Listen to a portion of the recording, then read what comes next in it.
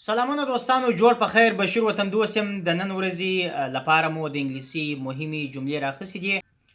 Are you working؟ آیا ته کار کوې؟ په کار باندې مصروفه یې؟ This box is full of books. دا بکس یا صندوق د کتابو څخه ډک دی. We were in library. موږ په لایبرري کې وو. We are in hurry. زموږ تلوار دی یا جله لرو چې ولاړ سو.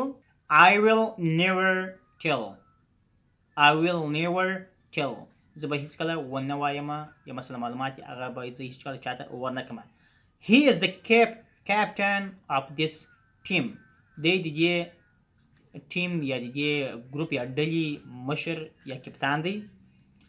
I want to close my account.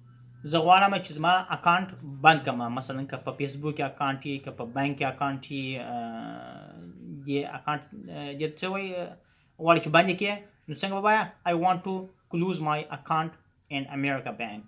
زه غواړم چې زما اکاونټ په د امریکا په بانک کې چې کوم بند کړم.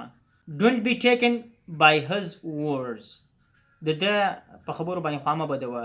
د ده په څه وایي، مثلا موږ ته څه وایي، دی په موږ تاسو کې آزاد دی چې هر څه وایي.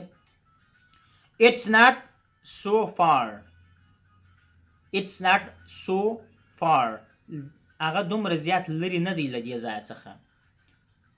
He married my friend.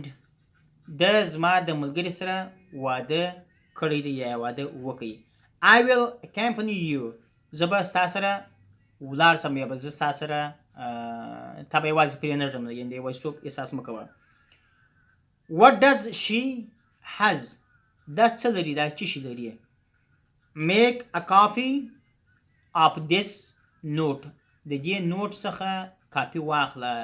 Water freezes at 0 degrees centigrade. اوبه په 0 درجه کې یخی کېږي. کله چې هوا 0 درجې ته راسي نو اوبه څه کېږي؟ په یخي باندې بدلیږي. He returned from Afghanistan in August. دی په اګست کې د افغانستان څخه بیرته راغلی. Our teacher speaks Pashto as well as English. زموږ استاد یا معلم هغه په پښتو باندې او همدارنګه په انګلیسي باندې په دواړو ژبو باندې خبرې کولی شي. This is too easy for him. This is so easy for him. دا د ده لپاره ډېر اسانه دی. This is too easy for him. دا دی په اسانۍ سره ترسره کولی شي. دوستانو، خدای دې وکړي چې په جملو باندې پوه شوي یاست. په کوم ځای کې که ستونزه لري کولی شئ کمنټ راته راکړئ چې په کمنټ کې تاسو ته جواب درکړم.